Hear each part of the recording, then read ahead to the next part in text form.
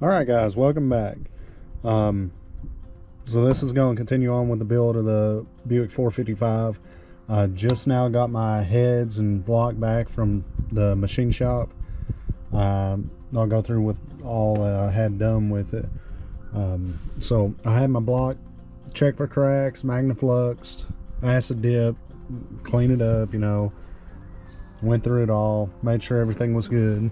I had the deck milled to where it was perfectly flat, because I don't know why it kept puking up coolant whenever my dad had the motor, but I just want to make sure that everything was good with it. So got my block, went through, put new cam bearings in, everything checked out perfectly. I got my heads back, I had the intake surface milled, made sure it was flat. The deck surface of the head, had it milled. It's nice and shiny now. I had new valve guides put in and had the valve guides machined down. I believe it was 100 thousandths on the intake and 25 thousandths on the, or 75 thousandths on the exhaust. I may be flopping those, I don't remember exactly. Just made sure that was good enough to clear my cam specs.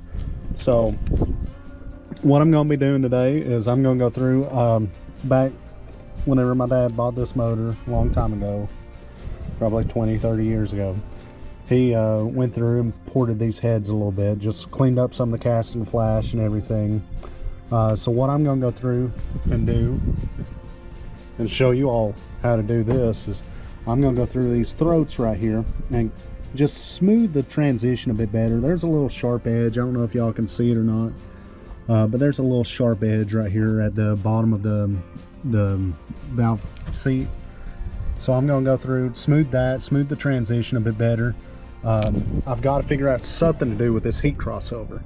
I don't know if I'm going to just take a little plate and weld it up, or I don't know. Maybe put some furnace cement in there and let it harden up, because that's the last thing I need, is that exhaust going through the intake and heating up my intake charge.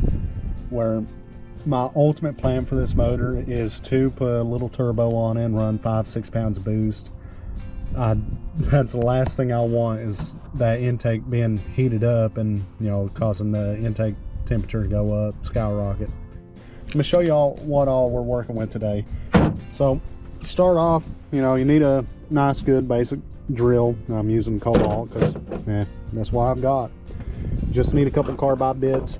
Doesn't matter if they're these long ones or if they're these small kind. I don't know exactly what I'm going to use yet. I need to just look and see. I'll probably use this long rounded one. It just offers a little bit more variety instead of having that sharp edge. And then this I may go behind and make sure everything's nice and smooth. It's kind of like a sandpaper, or it's, I don't know how to describe it. It's just kind of like a rough rock, kind of scratch it up. You need a valve grinding compound. That'll be whenever I go back through after I pour everything and blow it out, make sure everything's clean. That'll be for whenever I put the valves back in. Put a little bit of valve lapping compound on it and use this drill, and I'll just hook the drill onto the top of the valve, spin it a little bit, make sure that valve seat's nice and smooth and mates to that valve real good. And then that'll be the valve that I put in this port for each one of these. Is I'll lap the valve that's going into the port. So it's not really a complicated process, just a little, you know, time consuming, going through making sure everything's good. Once I get my valves put in, I'm also going to take and measure my distance between the top of this valve guide to the bottom of my spring retainer. That way I can make sure that I don't have any contact between the valve retainer and the top of this valve guide, or the top of my valve seal.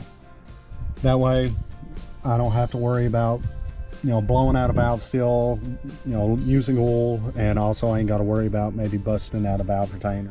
But anyway, I'm gonna get this set up. I'm gonna figure out what I'm gonna do. Also, another thing before I get all this set up, I'm gonna go cut off these sharp edges everywhere, including around the combustion chamber. If you see, it's got like a really sharp edge. I'm just going to take and grind that down, just kind of smooth the transition. The reason why you want to do that, you don't have to with every motor, but you know, the more high performance motor you build, the higher the compression, the more chance of detonation. The hot spots in the head that will cause detonation or start to crack there, it really depends. So I'm going to go through and knock that edge off, make sure it's nice and smooth so there's not really a hot spot that'll start, you know, collecting heat and possibly lead to detonation or you know, blowing up on my motor.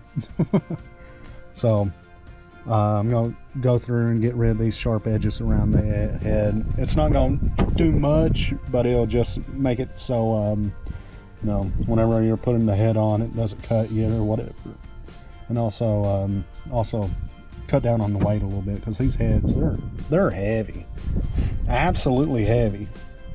But I've got my drink of choice. It's, you know, a little bottle of water, nothing too fancy.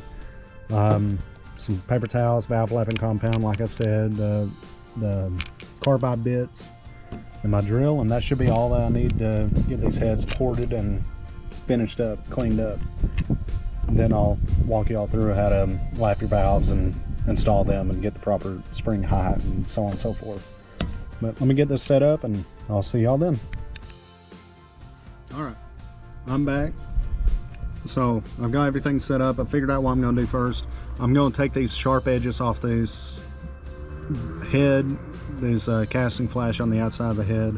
I'm going to go through, clean it up, just to make sure that it's light as possible, because these things are already heavy as all get out. You know, the lighter the better, of course. You know, every I think it's every 100 pounds that you cut off the car, it's was a tenth in the quarter mile, the equivalent of like 10 horsepower or something. So of course I'm going to try and cut off as much as I can. It's not going to amount to much, but every little bit counts, you know. So I'm going to do a little time lapse, let y'all see how it goes.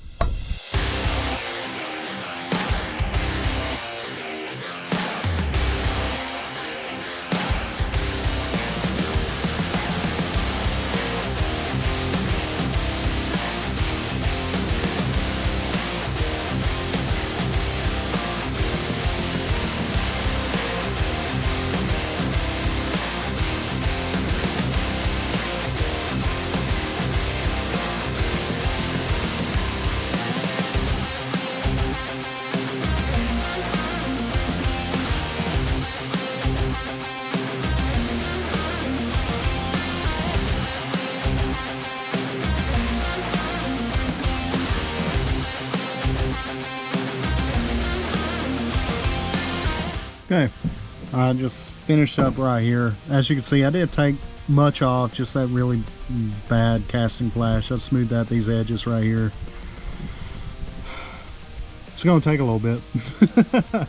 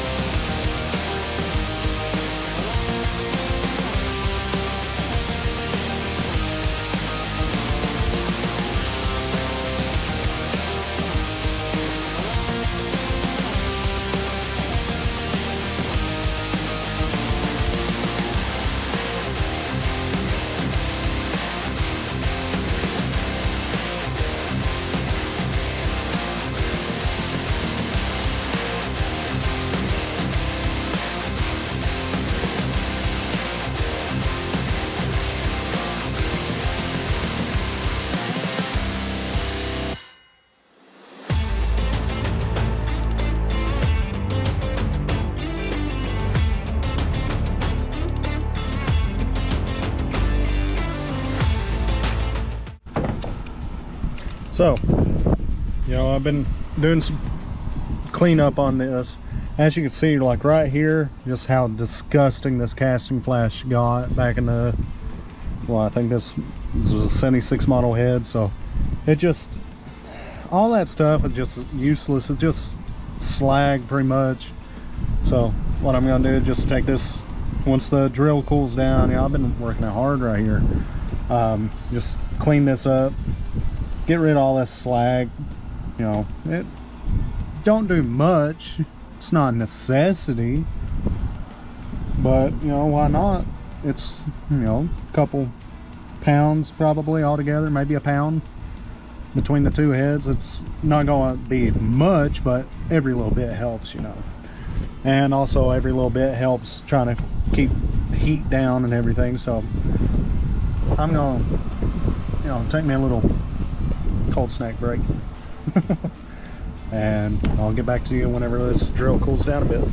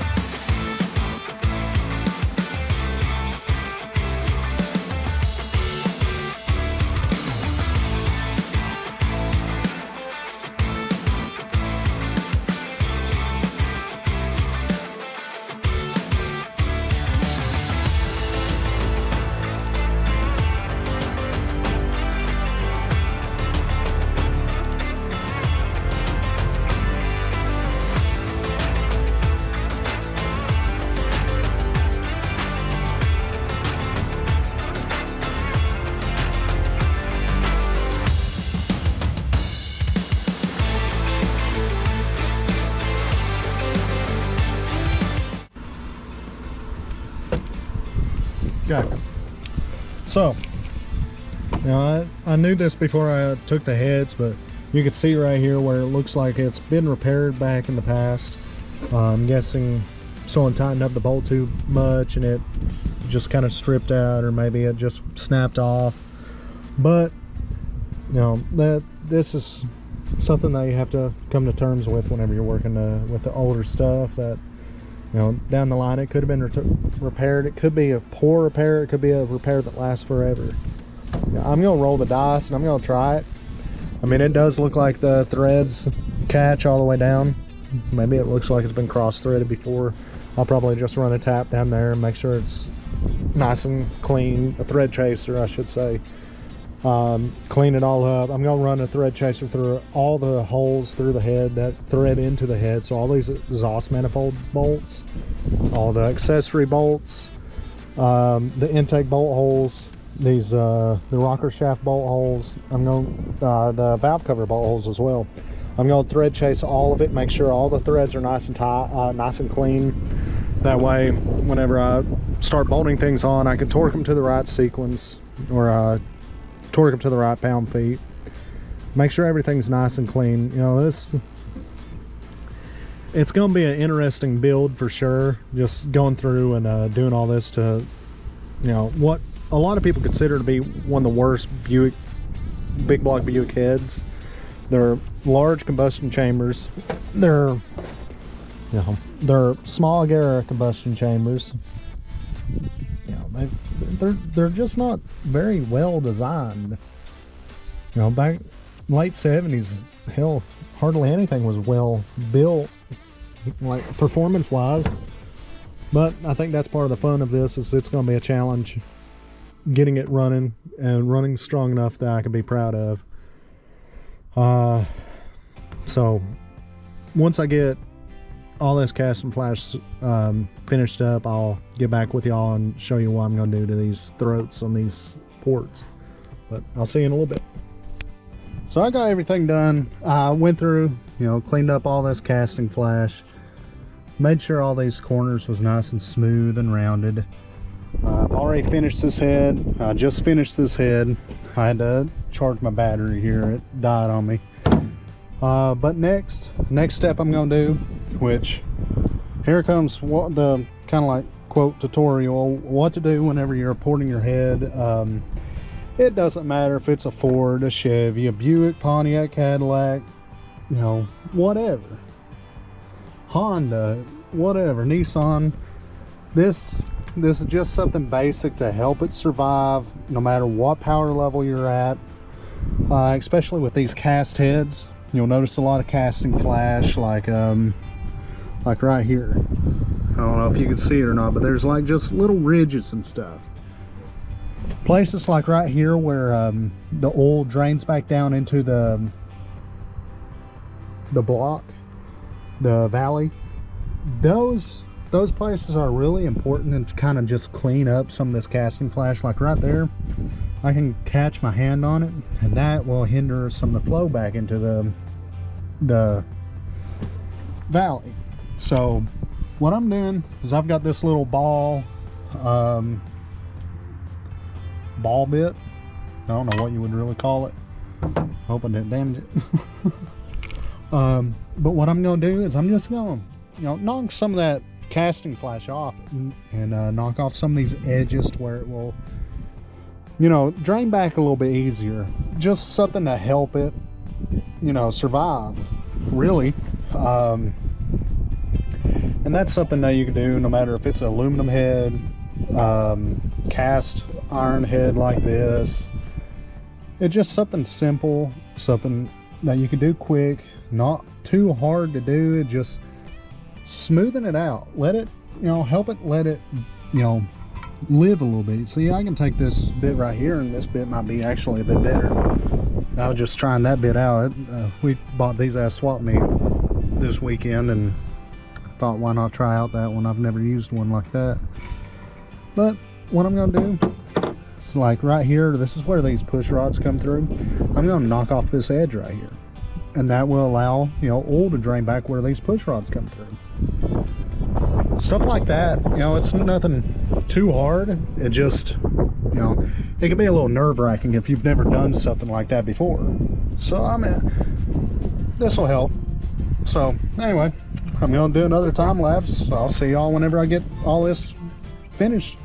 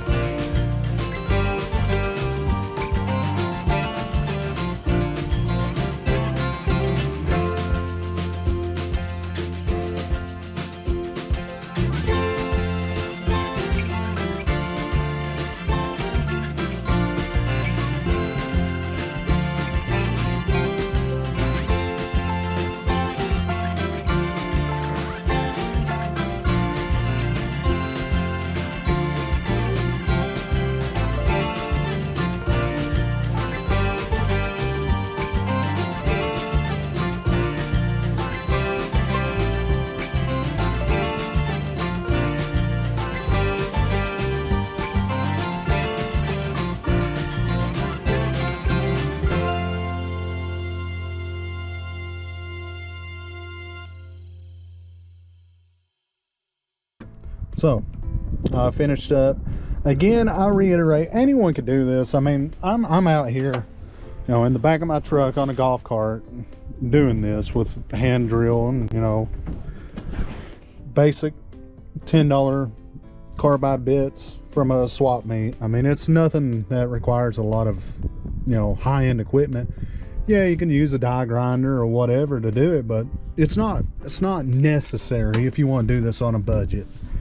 So again, the key is not to take off extreme amounts of material. It's, in my eyes, I know everybody's got their own way of doing this, and not a lot of people will take advice from 24-year-old, but in my eyes, the key is not to take off extreme amounts of material. Stuff like these casting flash, that's fine, take it off. It's not doing any favors for anyone, not doing any favors for the head, not doing any favors for the performance. It's just extra weight. What I did is all these push rod holes, I just kind of you know, gave it a little radius. That way it's not a sharp turn. That way the oil kind of just flows in, and it's not kind of stuck on the edge of a sharp corner, sharp turn, whatever you want to call it. I wish I could, you know, add some material right here and kind of flatten this out so that it would either flow into one of these two ports on each one of these, kind of like right here. But it's not that big of a deal. I mean, what, that's what, just a couple ounces of oil that'll get stuck there. It's not that big of a deal. If I was going all out on this, yeah, I'd probably, you know, get a stick welder and kind of add some material there, or some JB weld or something, just something to help it flow back down. But again, it's not completely necessary. I'm not gonna worry about this casting flash right here. It's not something that really worries me. It's inside the head. It's somewhere that it's really not gonna matter as much, because the heads are, well, they're tilted down, but I don't think that's gonna matter as much. But again, the key is not to take away too much material. So as you can see, that I did back here, all I did was smooth out all this casting flash, take off, like right here there was a big ridge, probably a 1/4 inch high. I just knocked it off, then smoothed it down. Right here I just smoothed it out a little bit. Same thing right here, just knocked off all the casting flash, and it just cleaned up the head, you know, just clean it up. That way it don't get no hot spots, don't start cracking anywhere. Take off, you know, 1/2 pound, 1/4 pound, whatever it is. I mean, it still helps, especially whenever I start adding some material right here for this choke crossover, the exhaust crossover. I am going to figure out something to place right here. That way I don't get that hot air going into my intake, because I'll probably end up using that factory cast iron intake, and I don't want, what, 200, 300, 400, 800 degree exhaust going through my intake. It's not that big of a deal for a, you know, mild build or something, but what I'm planning on doing with this motor, it's going to be a big deal for me. So I'm going to figure out something to put over that. But again, it's not that necessary. But here, let me show you what the next step is that I'm going to do to these heads. Square piece of plexiglass or something clear, a little hole, and make sure you have it tilted to where that hole is at the top, or try and get as close to the top as you can, because you want the air to come out of that hole. But grease around the cylinder, plexiglass, then use transmission fluid and measure out how much your combustion chamber is. It's not that much work. It's something that you can do in just an hour or so. Just measure each cylinder. And that'll give you a better idea of what your compression ratio is of each cylinder. If this one's 78cc and this one's 72cc, you know that this cylinder is going to have a higher compression ratio than this one. It's not that massive, but it does add up over the motor, like over each cylinder, having each cylinder different combustion chamber sizes and different compression ratios. That's why decking a block is really good to do, but I didn't. I didn't do that, so I'm doing it as close as I can. I know that a Buick 455 should be about 20 thousandths in the hole. That should be perfect. I'm not going to have a very good quench area, which is this area right here. If it's flat with the rest of the chamber right here, or the deck, that's a really good quench area. You can run a bit higher compression ratio, I believe, and not encounter any detonation. I'm not doing that because I'm different, and I'm going to put a turbo on this, and I want some low compression ratio. So I'm going to go through, I'm going to knock off this edge, because if you don't know, sharp edges, I explained it a little earlier, but sharp edges in a combustion chamber really is really bad. Needless to say, that sharp edge can get a lot of heat created in it, and whenever the compression stroke happens, that heat, that hot spot, can actually ignite your fuel mixture, and that, you know, is pre-detonation. That's bad. That can happen because too high compression ratio, not enough octane gas, whatever the case may be, this is also a culprit. So I'm going to take that carbide bit and just go around here and just round off the edge a bit. I got a slightly bigger gasket. I think it's 30 or 60 thousandths overbore gasket. So it'll be, you know, in a bit. If I just knock off this edge, it won't affect my sealing of my gasket. All it will do is help me not detonate. And you can also do it right here around the valve. Once you get the valve in, these edges, I know you could, I'm not, but you could take some sandpaper, say 400 grit sandpaper and 600 grit, do 400 first, smooth it out, and 600 grit and kind of polish it. I've heard good things about that with boosted motors. I'm not gonna worry about it because I'm not planning on pushing extreme amounts of boost. You know, like I said, 6 pounds, 10 pounds, that's the absolute max I'm gonna be putting through this motor. You know, I'm still got stock pistons, stock rods, stock crank. I'm not going all out. I'm just doing a, you know, poor man's rebuild pretty much. But I'm going to show you what I mean about knocking off this edge, and I'll catch up with you in just a second. Okay.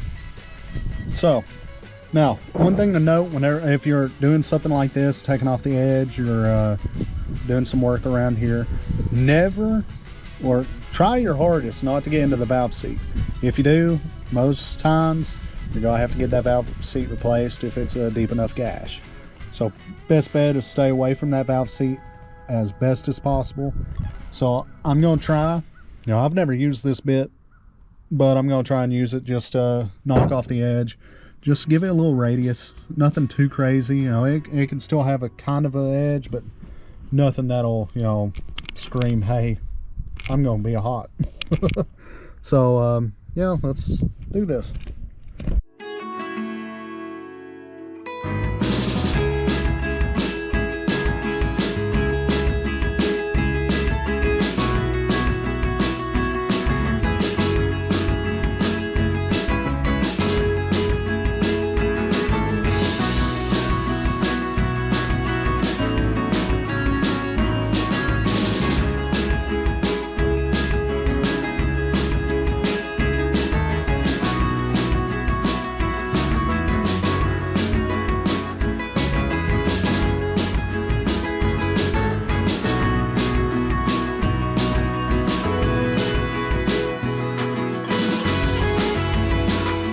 So that cylinder's done. As you can see, I didn't knock off practically any material. It should be roughly about the same cc. I didn't go crazy with one of these carbide bits, taking off massive amounts of material. What I did was pretty much sand it down and just take off that edge. Nothing too massive, just enough to help keep this motor alive.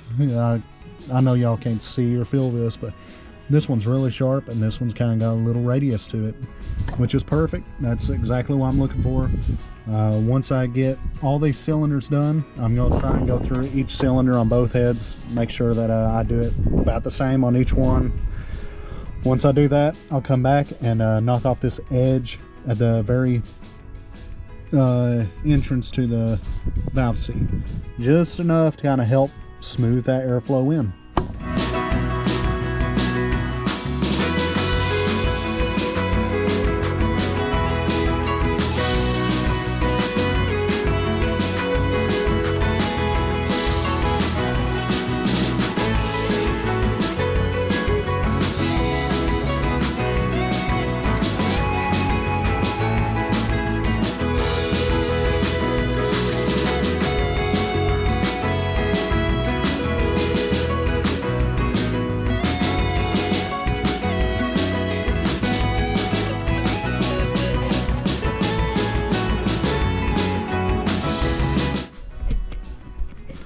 All right, so I don't know if y'all can tell good difference, but if you can, I'll try and shade it for you. I hope this comes across the video, but if you can see this nice straight, just smooth edge, and then in this cylinder you see this jagged edge. That's what I'm talking about with just taking off the edge, making it nice and smooth instead of, you know, cut yourself if you slip on it. So anyway, I'm gonna finish up these cylinders. And I'll catch up back with you whenever I'm ready to start doing some throat work on these. All right, so I finished up. I've got all these cylinders nice and smooth and a little radius to the combustion chamber. Well, nothing too bad. So I can't express it enough that this is something that someone can do at home. You know, no experience really necessary, just a couple of little simple things to remember. Removing casting flash is, you know, something that you don't have to have any experience with. You know, all these little bumps and stuff that really serve no purpose. You know, just stay away from really big meaty areas pretty much. Or I mean, stay in those big meaty areas. That's what I meant to say, my bad. Just ignore me sometimes. But you know, just helping oil flow, just taking off curves. I mean, taking off edges, making them into curves. Nothing massive, nothing major, nothing, you know, too fancy. But I've got these heads ready to start porting. That'll be my last thing before lapping my valves and putting new valves in. Well, non-new valves, the original valves. Like I said, this is going to be the dirt cheap way of putting these heads together, other than, you know, machine shop costs. Yeah, other than that, these are going to be pretty much bone stock heads. You know, machining down these valve guides to where I can fit a little bit larger lift cam, which I'll go into detail on that whenever we start putting that motor together. But I mean, that's really as simple as it gets with just cleaning these heads up, cleaning up any heads, as a matter of fact. Just clean up casting flash, remove sharp edges, and you're pretty much set. You know, the sun's about to go down. It's behind some clouds. It's getting windy. I'm gonna just take these heads down, put them back in the garage, and settle up. But I'll catch y'all next time.